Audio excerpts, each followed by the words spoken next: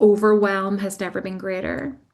So they're searching for wisdom. They don't want information, they want wisdom because we can get information from AI in incredible forms now and almost instantaneously, but it's not information people need, it's wisdom.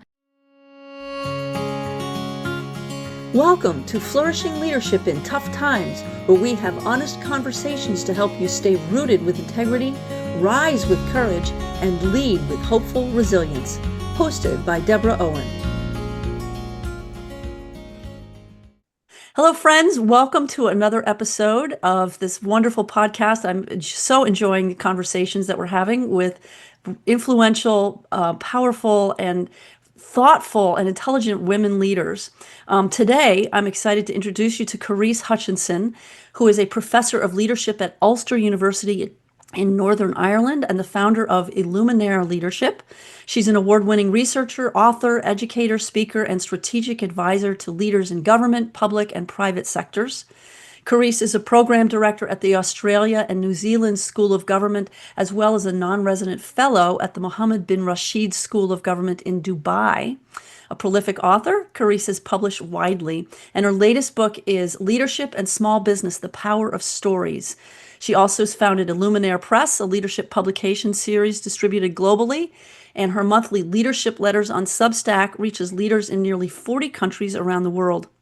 Karise lives on the north coast of Ireland with her husband and 4 children who join her on her adventures and love of life. I love that. That's a wonderful way to describe the way you live a daily life. So, well, welcome, Karise. It's great to have this conversation with you. Lovely, Deborah. It's always lovely to have an opportunity to have a chat. It's like what we say in Ireland, but also to really unpack some of the big questions that I feel that not only leaders are wrestling with, but like women in particular are just wondering what is the way? What is this way of how we can sustain leadership that actually brings real impact?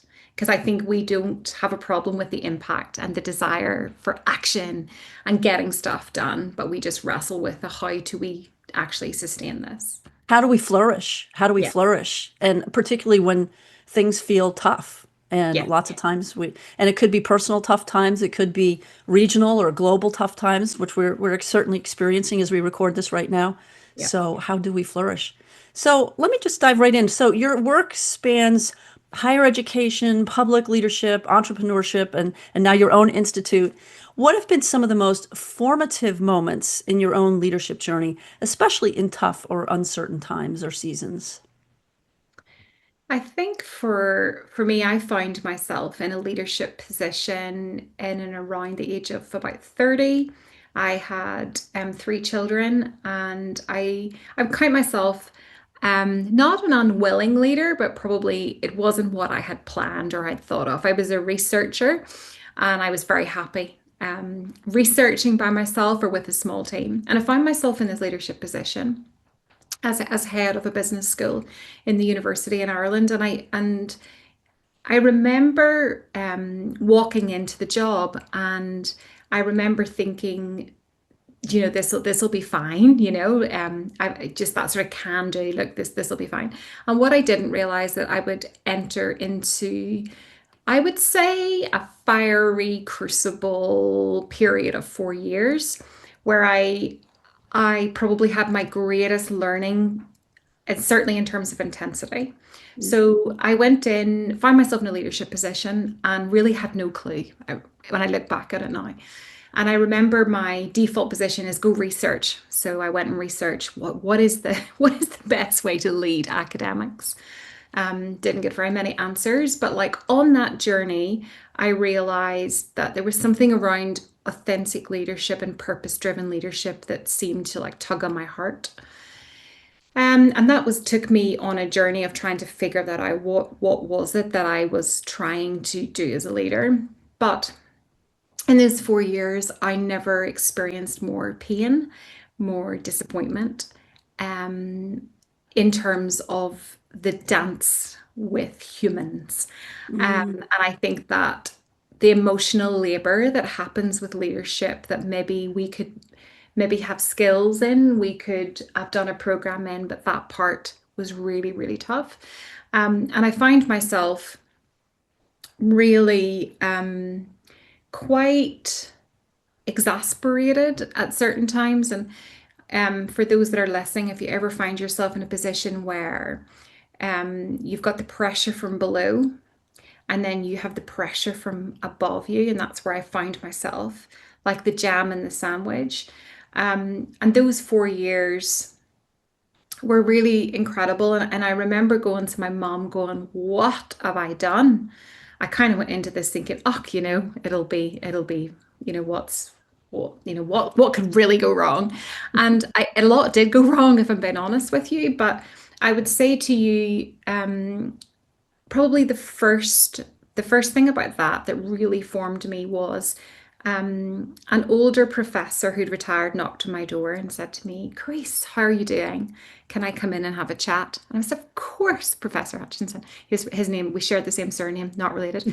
And he sat down and there was a little bit of chit chat. And then he said, would you like some feedback? Would you like to know kind of like, I was like, sure. Not prepared for the feedback.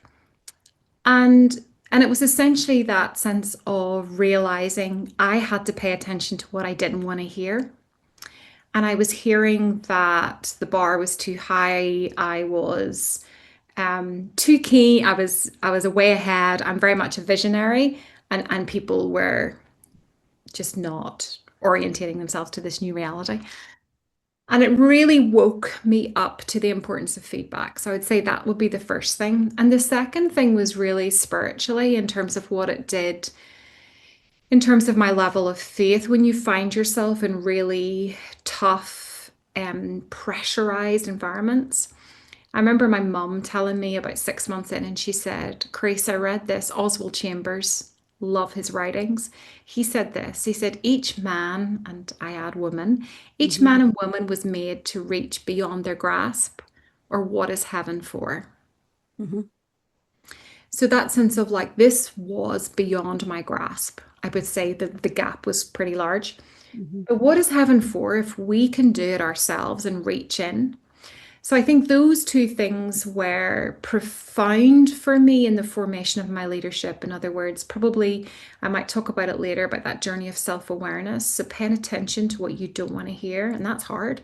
And the second thing is, when you are leading and you know that God has called you into this season, but He never promises it'll be easy, then that call down heaven and say, Lord, I need you. And that dependency just grows and flourishes. And I look back on the 4 years and I would not be the person I am today without those 4 years. And I can say it was wonderful. We did 4-year terms, so I had to get out.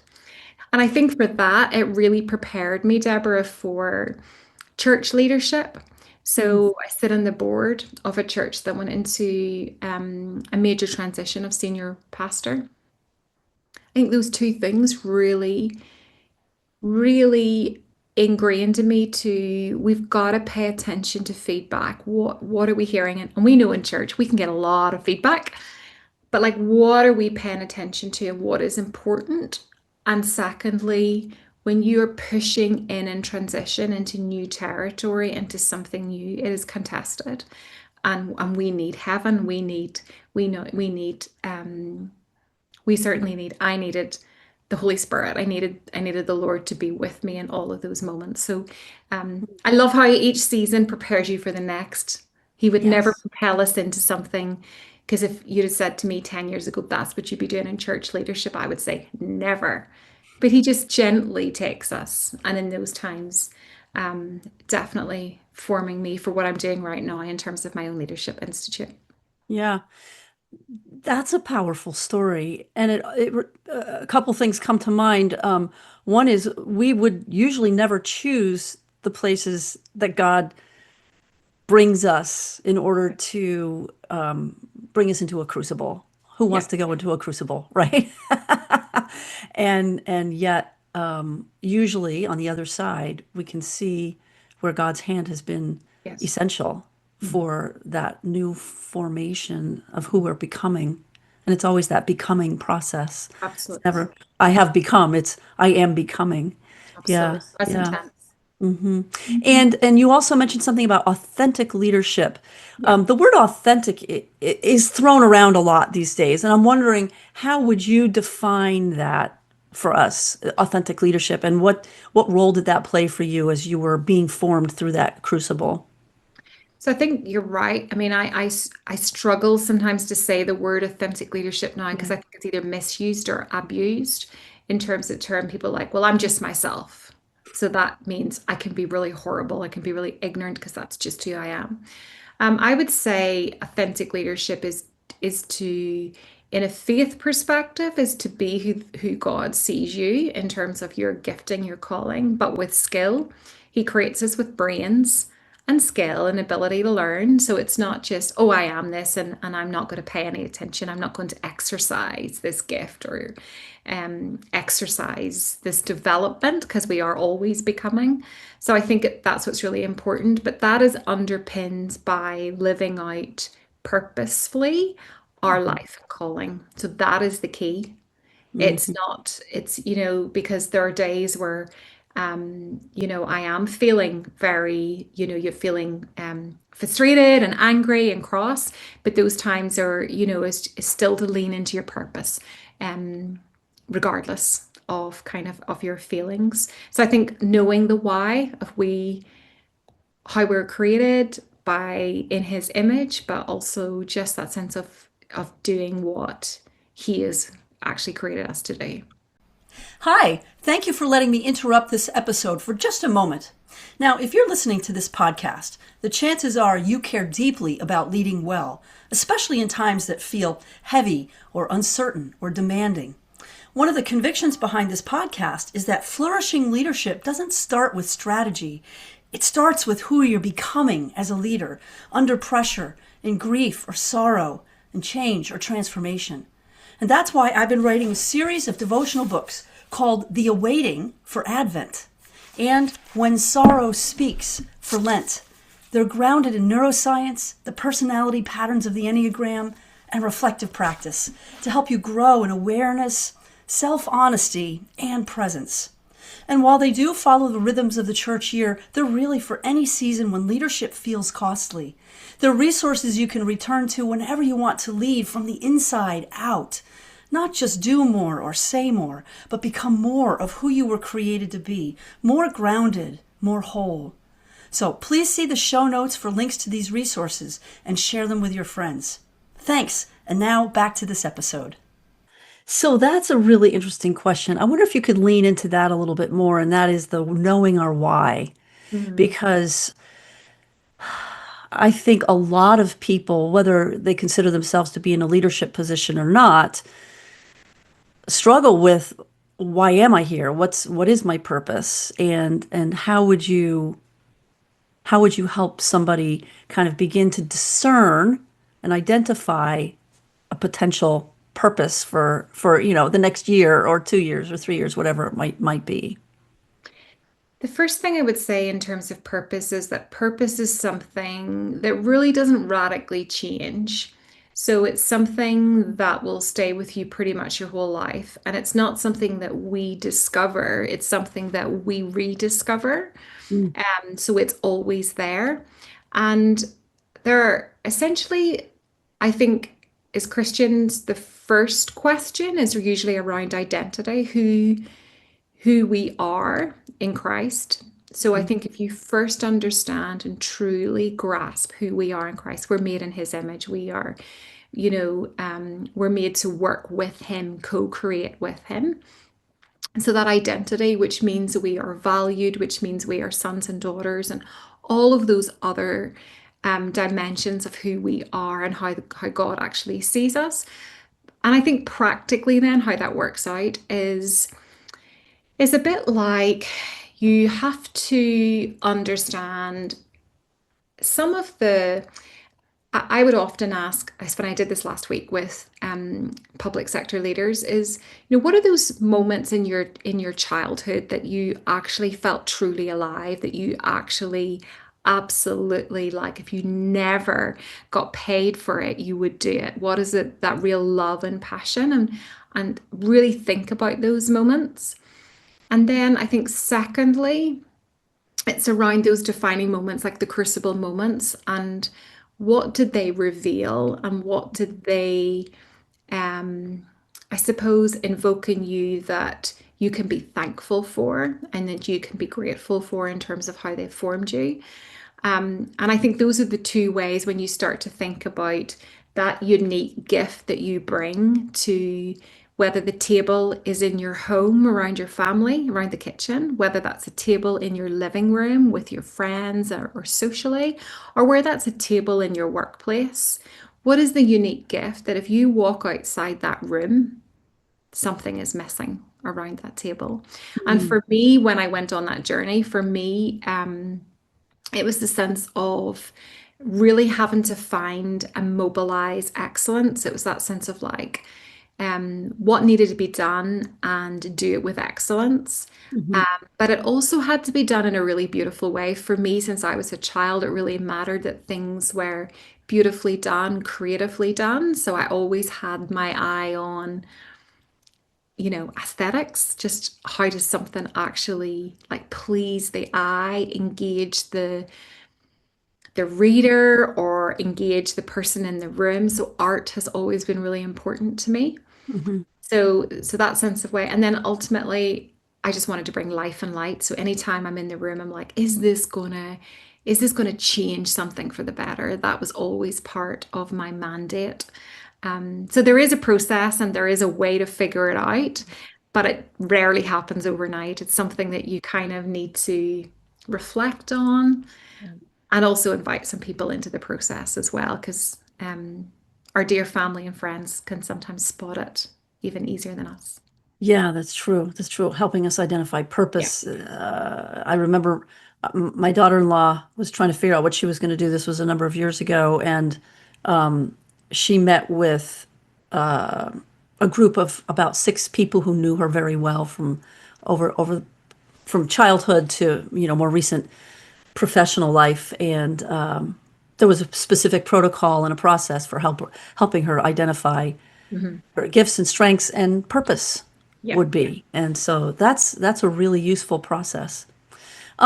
You've spoken about, and I think this leads right from the idea of identity, and that is you've spoken about leader shift and the need to move beyond outdated leadership stereotypes. What do you believe are some of the most urgent mindset or identity shifts needed for leaders today?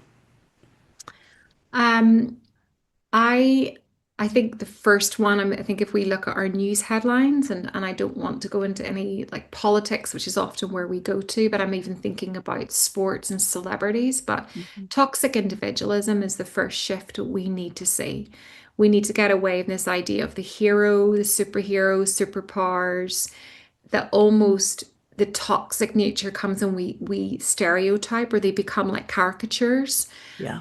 I think that's a really problematic script that plays out in our media. So I think that toxic individualism when actually what we need is collective leadership. It's not that an individual doesn't matter, it does, but ultimately it's around that collective. I think the second one for me is and this is the one that I think is a real struggle, a lot down to social media, is this desire for celebrity status that's crept into leadership. Yeah. So this kind of like, we've never been more influenced in terms of what do we eat, wear, drink, read, go on holidays by celebrities, but that sense of like followership and seeking the likes and all of that has become really problematic for leadership, not least in church contexts. The other one for me is one that I think is really quite profound given the age that we are, this era that we're in, and that's the pursuit of attention. So attention has become this real commodity that we it's in terms of like business and kind of like brands, they're all competing for our attention.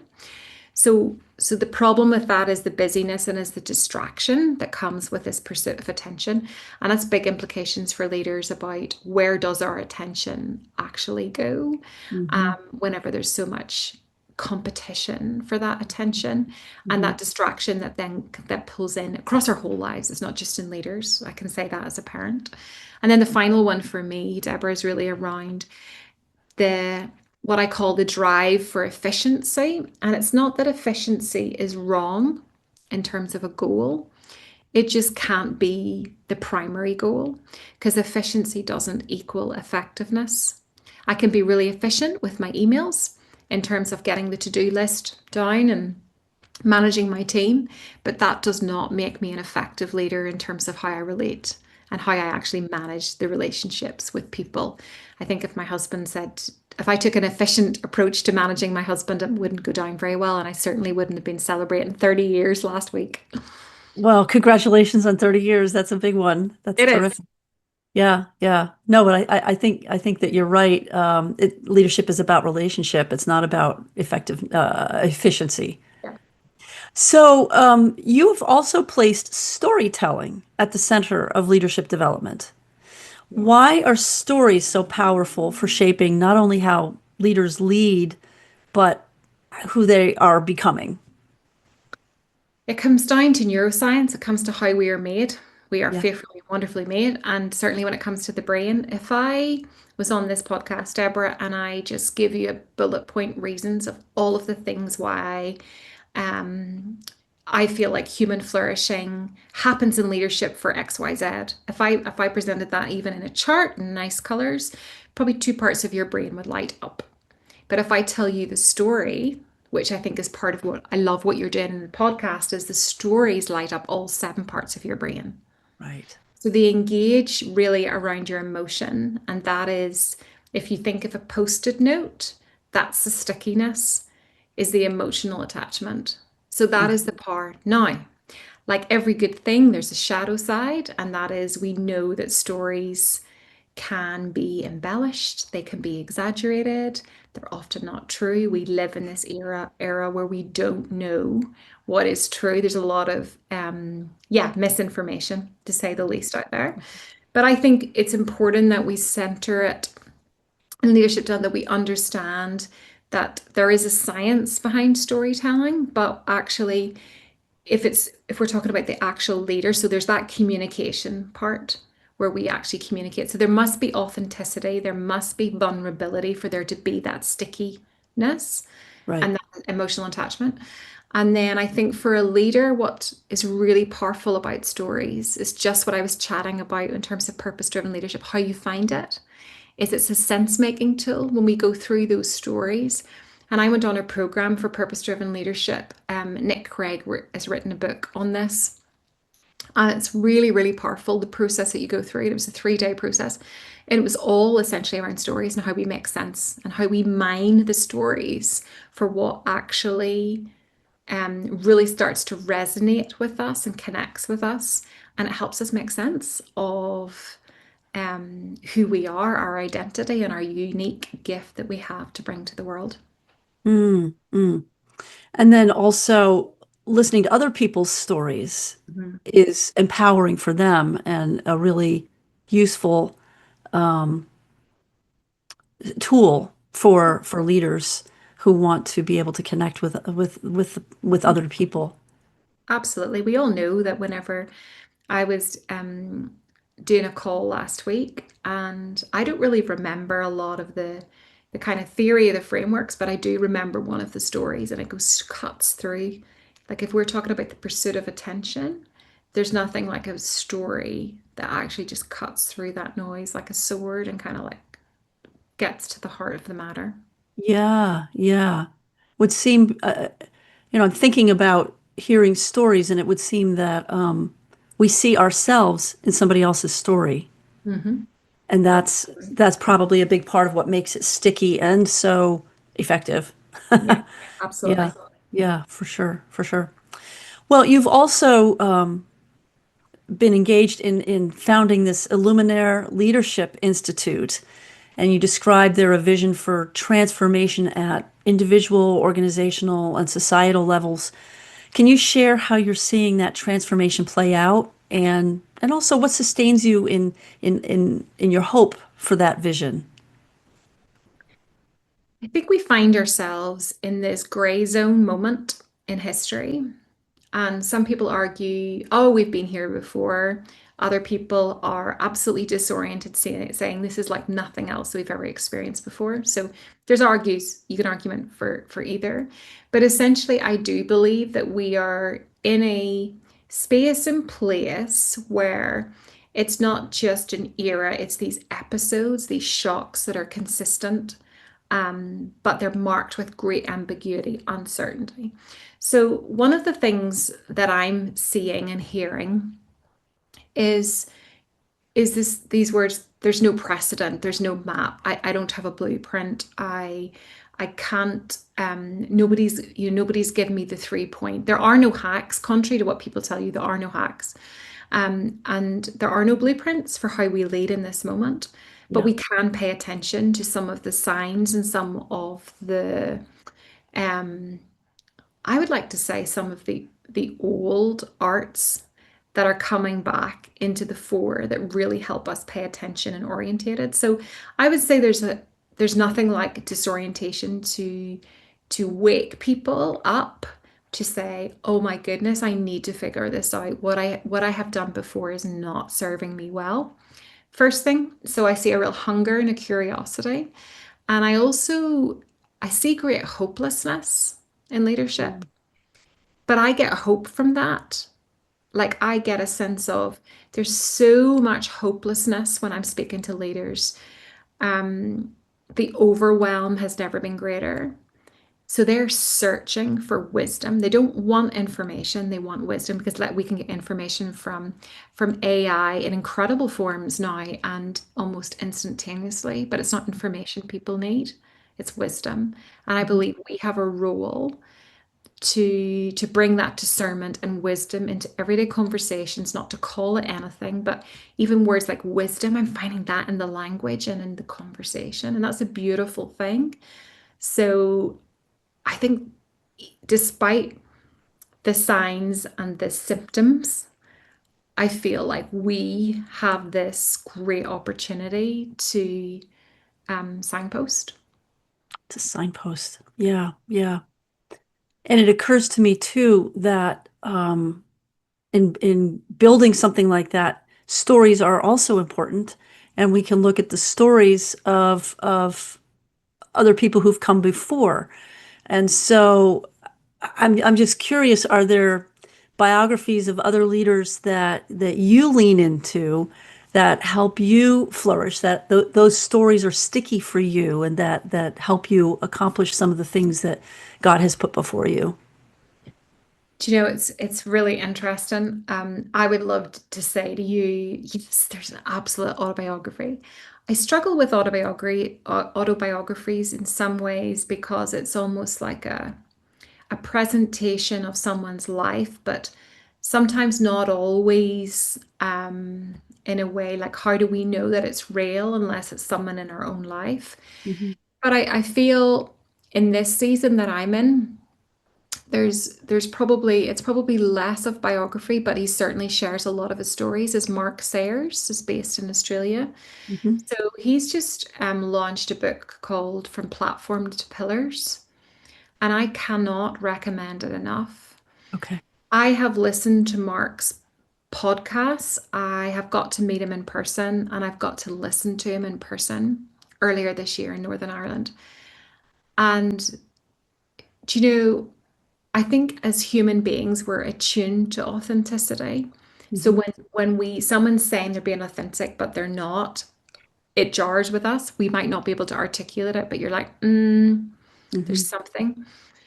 He demonstrated just a sense of vulnerability and authenticity. And as I read his book, it was absolutely resonating with me in terms of leadership. Probably some of those mind shifts that I talked about, Right. walking away from toxic individualism, celebrity status, the pursuit of attention, the drive for efficiency, to who are we becoming? And God is so much more interested not in the platform that we can have in leaders, which is not always wrong, but if that platform becomes the motive, because that's not how God sees leadership. If we read the Bible, it's not about platform, it's he talks about pillars. So I find that really profound. If there was one book right now that is really deeply affecting me, it's that book. That's great to know. And I believe Mark Sayers is the one who also wrote a book specifically about non-anxious presence. Yes, yes. Powerful. Yeah, yeah. Great stuff. Great stuff. And and that's actually something that I've been exploring is the concept of presence for leadership. And leadership is less action than it is showing up. It is. And yeah, and being present. And as we were saying, it's about relationship. Yeah. Absolutely. And I think Yeah. back to purpose, Deborah, we carry a unique signature of presence. We carry, I believe, we when I'm in a room and I invite the Holy Spirit, I carry the Holy Spirit. But our unique gifting and calling, then whenever we walk into spaces, is a signature that we get to leave behind. Right. And um, it should be one that brings hope with feet firmly planted in reality, but there Hmm. should always be hope. There should always be possibility. Yeah. Um, so I think that is the unique signature that we can bring to a dark world that doesn't have much of it. Yeah. I like calling it the signature that we bring Yeah, into a room. Yeah. I just wrote about um, presence in the sense that it's it's our um, it's our nervous system that goes into the room even before our words impact the people who are there.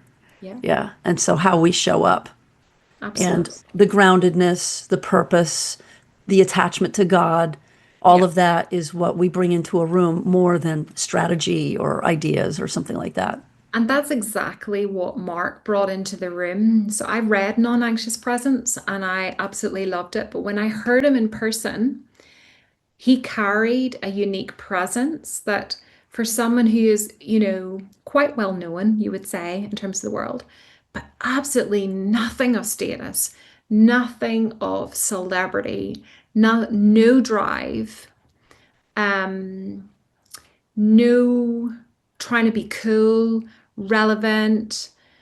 He has definitely got some social media. I'm not saying that we ditch, I also have very limited social media, but I do have it. But he's not driven by any of those things. So his presence, in fact, it was almost quite like, oh, okay. He was just sitting in a stool and he was just chatting. There was no like walking around and, your voice and kind of like, do you know, it was so even and so, yeah, I think maybe all your words grounded, Hmm. all of that. It was very, very deeply impactful for me. Mm-hmm. And like you said, not looking for attention. No, not at Yeah. all. Yeah. Yeah. Yeah. Yeah. That's great. Thank you for that example. Um, so let's look at your context a little bit. You're in Northern Ireland and they're evolving political climate, and you work with business and government, and you've helped bridge leadership across sectors and ideologies. What have you learned about cultivating trust and collaboration and courage in divided or complex spaces? I think there's something in Northern Ireland, albeit with a population of just under 2 million. We're very, very small, but we are walking in a time and space where peace is still feels fragile, Mm, but there's a real sense of resilience. It's a very weird paradox that I've just described. Um, And in my work with political business leaders and leaders in the third sector, basically bringing together a leadership development program over about 8 months, was really the importance of social capital.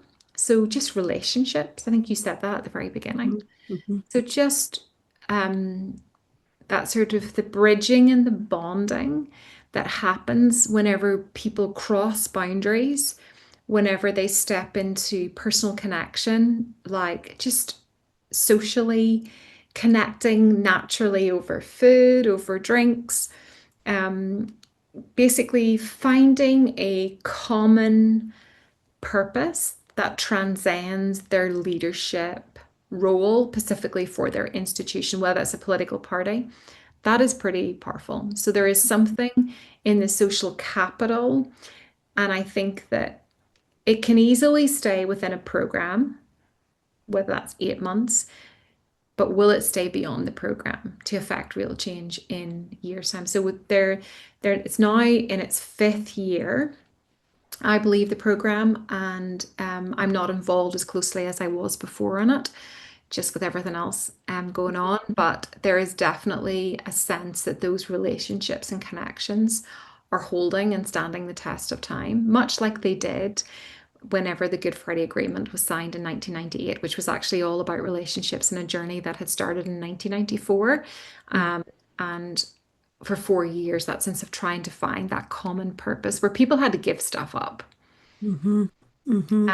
in order to prepare the future and to actually be good ancestors for the rest of us to follow. So I think that's been really important. And I would say the hashtag of the program, not that I'm super into hashtags, but this one resonates. It's called the Spirit of Possibility. And it Okay. makes me think of Mark Sayers in his book of Non-Anxious Presence when he talks about seeds and that spirit of possibility that happens in the gray zone and Mm. seeds of renewal that happen even in the most dark, despairing, desolate places. Seeds can still grow if they're in the right soil. So Mm. that's possibility. I think that's what it speaks of, that even whenever we've probably had more times without a government than having a government, and even in that, the way that we can work together because we've got no other choice is also an important message. And actually, I'd love for you to build on that just a little bit, and that is the spirit of compromise, where everyone has to give something up. I find that that is something that we're seeing in leadership right now, where compromise is certain leaders are unwilling to give things up and unwilling to acknowledge that there may be something that the other side needs. Yeah, And so, can you just talk about that a little bit more? certainly. Um, I like to say it's about the honorable accommodation. And I wrote about this in Leading in the Grey Zone, my recent publication. And it was Tim O'Connor who said that. And Tim O'Connor is one of the architects of the Good Friday Agreement in Northern Ireland. And he talked about leadership and the honorable accommodation Mhm. and that sense of we must accommodate. Not everything, and we'll not all we don't agree with everything, but there must be that honorable accommodation in the collective leadership dilemma, not least in our sort of post-conflict or peace context. But you transfer that across the world. That is the mark of leadership. Remember, we need to move from the toxic individualistic narrative of leadership to a much more collective and plural expression, because Mhm. that is the future. Not one person has all the answers. Amen. That is true. Um, so, kind of my last question at this point is with so many leaders who are burned out or disillusioned, and that goes a lot to my doctoral project. What are some of the inner practices or supports that you believe are essential for leaders so that they can remain grounded and resilient and flourishing today? I would say, I think I've talked about this before, Deborah, but I would say margin. So You margin have. is not like white space around a page, but it's much more than that. And Michael Swenson talks about it in his book called Margin. And margin, basically, the formula is power minus load equals margin. So power is the resources and the things that we have to make our lives. It can be help if we need that with children. It can be money. It can be all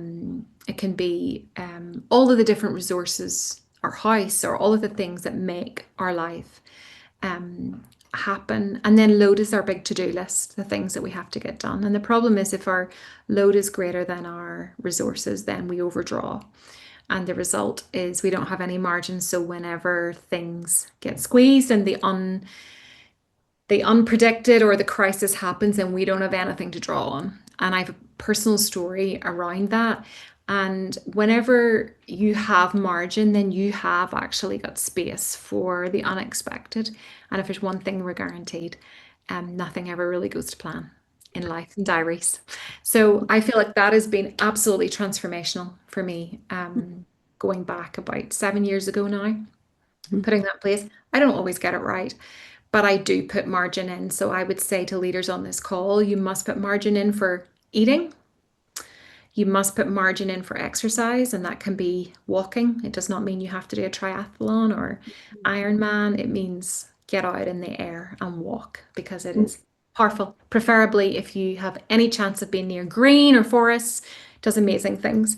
And Yeah. the second thing I would say is I have been doing some research into David Rock is in neuroscience, and he has this thing called a healthy mind platter. And it's amazing. So, like, you know how we need our five a day? So, we have our five a day of our fruit and veg. So, he talks about the seven essential nutrients for the healthy, or he talks about the optimum working of our brain. Hmm. So, he has seven different nutrients in that, and I'm probably going to forget some of them now, but one of them is movement, which is exercise. Right. But things like just sitting, we would call it mindfulness, but actually just sitting and grounding ourselves. Hmm. Other things, one of the things, because this is he talks about this every day, it was fun, actually having playtime or fun. I was like, Yeah. what? Every day? That was a struggle for me. And fun. And then the other one was focused, the sense whenever you're deep in a task and you're actually really you're really, really you're in it and you're really getting the work done. That's actually really good for your brain. And then the other one is relationships, is being with other people. Hmm. And what he's saying is all of them together are really, really important for optimum brain matter. And that Right. is just how we are made. And I think that's Yeah. amazing. Yeah. Yeah. I love Think that. about that. I love that. So, if there were one really important takeaway that you would hope the viewer or listener would walk away from this conversation with, what would that be? Well, it's hot off the press because I was at a retreat on Friday. Okay. I've never done a leadership retreat before, but I was in a 400-year-old monastery on Friday on the coast, here in Ireland on the sort of north coast. And the lady that was opening up, she's a spiritual director, and she said this to us women. So there was 30 women across Northern Ireland that were senior women that were invited to this. And she said, God is more interested in place than pace. And what she meant was that so much of leadership is about keeping pace and getting the work done. And that can be for some of us women juggling caring or parental responsibilities, which requires a great deal of pace. We've got to be on it all the time. So the emotional, mental, and physical labor is huge.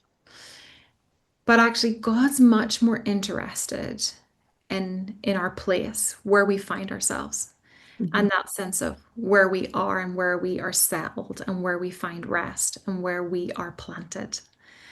And I think we're so often preoccupied with where we're going, Hmm. and we don't ask where are we coming from. And I Right. think place really speaks to me of where am I coming from? And I must, as his child made in his image, come from a place of I know who I am. Hmm. And I also know that I'm not going to be defined by what I do, but actually who I am becoming, back to your first point. Hmm. And that comes from that sort of metaphorical place, much as we're actually, we're planted into physical places as well. But I think that place of where we find ourselves, and I think if we often think about that, certainly I've not stopped thinking about it all weekend. Yeah, I'm sure. I'm sure it sounds like it was an amazing Yeah. experience. That's Beautiful. wonderful. That's wonderful. Well, Carice, I'm thrilled to be able to share this conversation with people. If they would like to find out more about you and your work, or how could they reach you? Where's the best place? So online, website is www.luminaireLeadership.com, or if you are really interested to receive a monthly leadership letter, some of the updates and kind of what I'm reading at the minute, Hmm. and also some other, you can subscribe for free, and then there's other content that you can subscribe to as well, and that's leadership letters at Substack. Yes. Okay. I will make sure we put that in there because I love your leadership letters. I follow it all the time. It's terrific. And So likewise with yours too. So it's great. great, Great great, place. great. Well, thank you so much, and I really appreciate it. And I hope that you get another great leadership opportunity like you just had this weekend to give you more to think about. Absolutely. Thank you. Thanks for joining me on Flourishing Leadership in Tough Times. If you found today's conversation meaningful, please like and share this episode and subscribe for more honest, inspiring stories to help you stay rooted with integrity, rise with courage, and lead with hopeful resilience. If you have thoughts or questions, or you're interested in finding out about coaching, spiritual direction, or retreat leadership, I'd love to hear from you. Please reach out through Substack or find my website at insideoutministries.info. I'm Deborah Owen, and I'll see you next time.